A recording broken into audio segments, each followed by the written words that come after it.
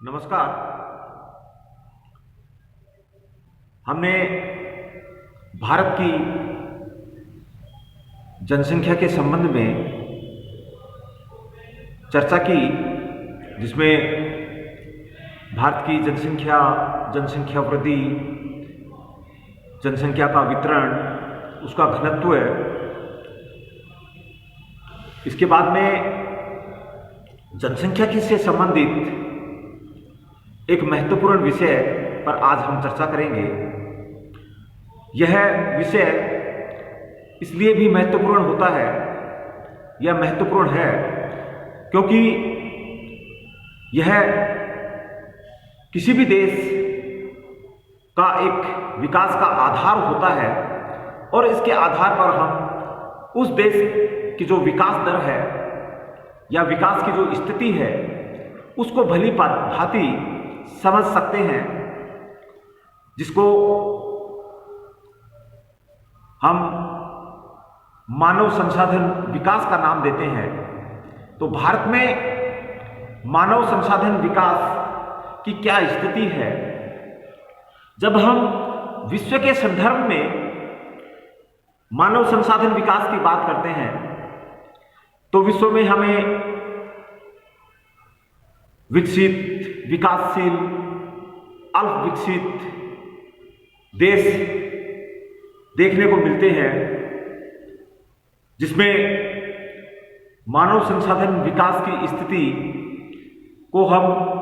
अलग अलग जो स्तर है इन देशों में पाए जाते हैं। कुछ देश ऐसे हैं जिनकी जनसंख्या बहुत कम है, एक ऐसे क्षेत्र में या ऐसे जलवायु क्षेत्र में उनकी स्थिति है जहां मनुष्य की कार्य क्षमता बहुत ज़्यादा पाई जाती है। Norway, Finland, Switzerland, New Zealand, Europe के जो पश्चिमी देश हैं, अमेरिका के, उत्तरी अमेरिका के कुछ देश हैं, उत्तरी देश, वहाँ पर मानव संसाधन विकास का जो सूचकांक है वो बहुत उच्च पाया जाता है, क्योंकि ये देश विकसित देशों की श्रेणी में भी आते हैं। जब हम भारत की बात करते हैं तो भारत एक विकासशील देश है और वर्तमान काल में भी भारत की जो जनसंख्या है तीव्र गति से बढ़ रही है और उसका कारण स्वास्थ्य सुविधा में जो विस्तार है, जो विकास है, उसके कारण से मृत्यु दर में कमी आई और जनसंख्या यहाँ तीव्र गति से बढ़ी। दूसरा इसका महत्वपूर्ण कारक हम खाद्य जो उत्पादन है उसको भी इसके अंतर्गत हम रख सकते हैं, जो कि खाद्य सुरक्षा या खाद्य आपूर्ति अगर हमें हर नागरिक को मिलती है तो उससे उसके स्वास्थ्य पर प्रभाव पड़ता है, मृत्यु दर में कमी आती है। तो ये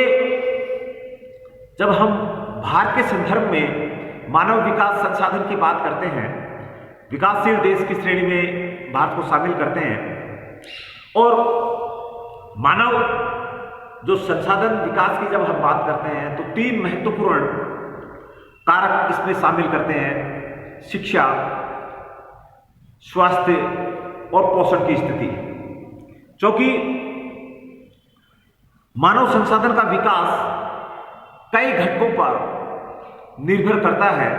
और ये घटक अभी हमने बात की शिक्षा, स्वास्थ्य और पोषण की स्थिति, प्रति व्यक्ति सकल देशीय उत्पाद, जीवन प्रत्याशा की जो दर है उसको भी इसमें शामिल करते हैं। ये एक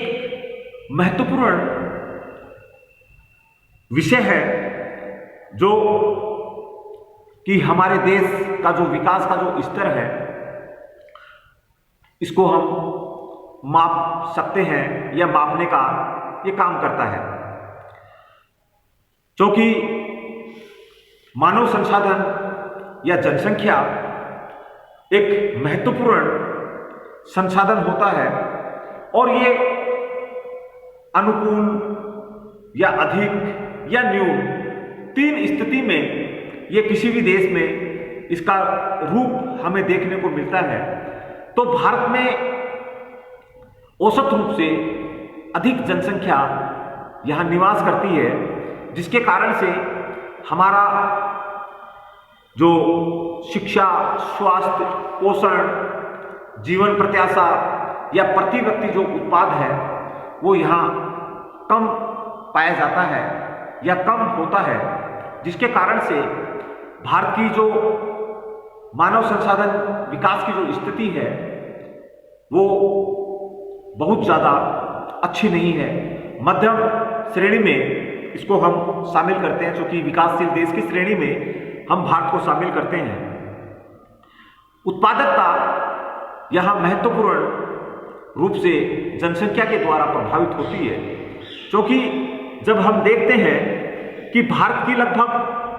आज भी 22% जनसंख्या गरीबी रेखा से नीचे जीवन यापन करती है, तो इस स्थिति को अगर हम मद्देनजर रखते हैं तो हम भारत की जो मानव संसाधन विकास की जो स्थिति है वो हम बहुत अच्छी नहीं कह सकते। हम यहाँ जो मानव संसाधन का जो विकास है उसके विभिन्न जो पहलू हैं, शिक्षा, स्वास्थ्य और पोषण, इनकी जब बात करते हैं तो सबसे पहले हम शिक्षा की बात करते हैं, क्योंकि भारत की जनसंख्या आज भी ग्रामीण क्षेत्रों में निवास करती है और शिक्षा का जो स्तर है वो लगभग 73% यहाँ की जनसंख्या शिक्षित मानी गई है, या आंकड़े प्रदर्शित करते हैं कि 73% जनसंख्या भारत की शिक्षित है। जब हम शिक्षा के स्तर की बात करते हैं, क्योंकि विभिन्न प्रकार के स्तर हमें यहाँ देखने को मिलते हैं, क्योंकि साक्षरता एवं शिक्षा से सामाजिक क्षेत्र में विकासोन्मुख परिवर्तन लाने में मदद मिलती है। साथ ही शिक्षा से मानवीय साधनों का भौतिक, बौद्धिक और मानसिक विकास होता है, रोजगार भी बढ़ता है, लोगों की उत्पादन क्षमता में भी यहाँ वृद्धि होती है। और शिक्षा एक महत्वपूर्ण कारक है जो कि सामाजिक रूढ़िवादिता, परंपराओं और गलत धारणाओं के समापन में मदद करता है और एक वैज्ञानिक दृष्टिकोण का जो विकास का जो मार्ग होता है वो हमारे सामने प्रस्तुत होता है। क्योंकि हमारे देश में विभिन्न स्तर पर शिक्षा के विभिन्न स्तर पाए जाते हैं, और जब योजना काल की बात करते हैं, योजनाबद्ध रूप से शिक्षा का विकास हमारे देश में हुआ। यहाँ योजनाबद्ध विकास की अगर बात करते हैं शिक्षा के क्षेत्र में, तो प्राथमिक विद्यालयों की जो संख्या है वो 7,48,547, उच्च माध्यमिक विद्यालयों की जब बात करते हैं तो 1,31,215, माध्यमिक विद्यालयों की बात करते हैं तो 7,72,046, महाविद्यालय या उच्च शिक्षण संस्थाओं की बात करते हैं तो भारत में 37,204 महाविद्यालय और विश्वविद्यालय लगभग 723 हमारे देश में हैं। और इसके कारण से हमारे देश का जो मानवीय जो विकास सूचकांक है वो धीरे धीरे बढ़ रहा है, यानी भारत की स्थिति मानवीय संसाधन विकास में धीरे धीरे अच्छी हो रही है। क्योंकि जब हम 1951 में साक्षरता की बात करते हैं तो हमारे यहाँ 18.33% की साक्षरता ही यहाँ थी, लेकिन जब हम 2011 के आंकड़ों पर दृष्टिपात करते हैं तो यह बढ़कर 73% हो गई। तो शिक्षा एक महत्वपूर्ण कारक होता है मानवीय संसाधन विकास के लिए, और इसके द्वारा हम हमारे जो उत्पादक हैं उसको हम बढ़ा सकते हैं। एक महत्वपूर्ण वैज्ञानिक दृष्टिकोण हमारे सामने शिक्षा के साथ आता है। जब हम स्वास्थ्य की बात करते हैं, क्योंकि किसी देश के विकास में स्वास्थ्य महत्वपूर्ण स्थान रखता है, और क्योंकि स्वस्थ व्यक्ति अधिक उत्पादक होता है, अधिक काम कर सकता है, और यह देश की आर्थिक गतिविधियों में अधिक योगदान देता है या दे सकता है। क्योंकि अगर व्यक्ति स्वस्थ नहीं होगा तो उसकी कार्य क्षमता अपने आप कम हो जाएगी, जबकि स्वस्थ मनुष्य होता है, स्वस्थ जो जनसंख्या होती है, वो अधिक उत्पाद कर सकती है। तो आर्थिक गतिविधियों में एक महत्वपूर्ण भूमिका स्वस्थ व्यक्ति किसी देश को प्रदान कर सकता है। जब स्वास्थ्य की हम बात करते हैं तो भारत में जो स्वास्थ्य का योजनाबद्ध विकास हुआ, तो हम 2012 के संदर्भ में अगर बात करते हैं तो अस्पतालों की संख्या 35,416 यहां हुई। सामुदायिक प्राथमिक और स्वास्थ्य उपकेंद्रों की जब बात करते हैं तो लगभग 1,77,248 ये स्वास्थ्य, प्राथमिक स्वास्थ्य और उप स्वास्थ्य केंद्र भारत में हैं, और विभिन्न जो राज्य हैं उनमें स्वास्थ्य विश्वविद्यालयों की स्थापना की गई, विभिन्न मेडिकल कॉलेजों की स्थापना विभिन्न जगह की गई,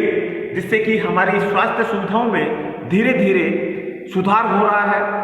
जब हम वर्तमान की बात करते हैं, जो सरकार, केंद्र और जो राज्य सरकारें हैं, उनके द्वारा राष्ट्रीय ग्रामीण स्वास्थ्य मिशन की शुरुआत की गई, ताकि ग्रामीण स्तर के जो जनसंख्या है उसको स्वास्थ्य के बारे में जानकारी दी जा सके, उनके स्वास्थ्य के प्रति उनको जागरूक किया जा सके, उनका उपचार सही तरीके से किया जा सके। तो इस प्रकार हम देखते हैं कि स्वास्थ्य एक महत्वपूर्ण कारक होता है किसी देश के विकास के लिए, उसकी जनसंख्या के विकास के लिए। जब हम पोषण की बात करते हैं तो क्योंकि अभी हमने बात की, वर्तमान में भी भारत की लगभग 22% जनसंख्या गरीबी रेखा से नीचे अपना जीवन यापन करती है। तो यह पोषण किसी भी देश के मानव संसाधन के विकास के लिए एक महत्वपूर्ण कारक होता है, साधन होता है, और बिना पोषण के मानव संसाधन को हम उत्पादक नहीं बना सकते। उचित पोषण के अभाव में, क्योंकि बच्चे कुपोषण के शिकार होते हैं, और भारत एक विकासशील देश है, तो यहाँ पर भी ग्रामीण क्षेत्र या मलिन बस्तियों की अगर हम बात करते हैं तो यहाँ पर बच्चे कुपोषण के शिकार यहाँ मिलते हैं, जिसके कारण से यहाँ जो पोषण का जो स्तर है यहाँ बहुत अच्छा नहीं देखने को मिलता है। भारत में क्योंकि उचित पोषण का अभाव पाया जाता है, और यहाँ लगभग 22% जनसंख्या गरीबी रेखा से नीचे जीवन यापन करती है। तो सरकार भी वर्तमान में योजनाबद्ध विकास के द्वारा पोषण की पर्याप्त उपलब्धता हेतु अनेक प्रयास कर रही है, अनेक योजनाएं शुरू की गई हैं, ताकि हमारे जो ग्रामीण मलिन बस्ती या कमजोर जो जनसंख्या है उसको उचित पोषण प्रदान किया जा सके, ताकि हम उनकी उत्पादकता को बढ़ा सकें। तो यह एक महत्वपूर्ण विषय था जिसके अंतर्गत हम मानव संसाधन विकास की हमने बात की, तो वर्तमान में हम विभिन्न योजनाओं, चाहे वो शिक्षा के द्वारा हो, चाहे वो स्वास्थ्य के द्वारा हो, या पोषण की जो विभिन्न योजनाएं हैं उनके द्वारा हो, हम इसके प्रति लोगों को भी जागरूक करें, ताकि हमारा जो मानव संसाधन विकास का जो स्तर है वो धीरे धीरे गति इसको हम दे सकें। धन्यवाद।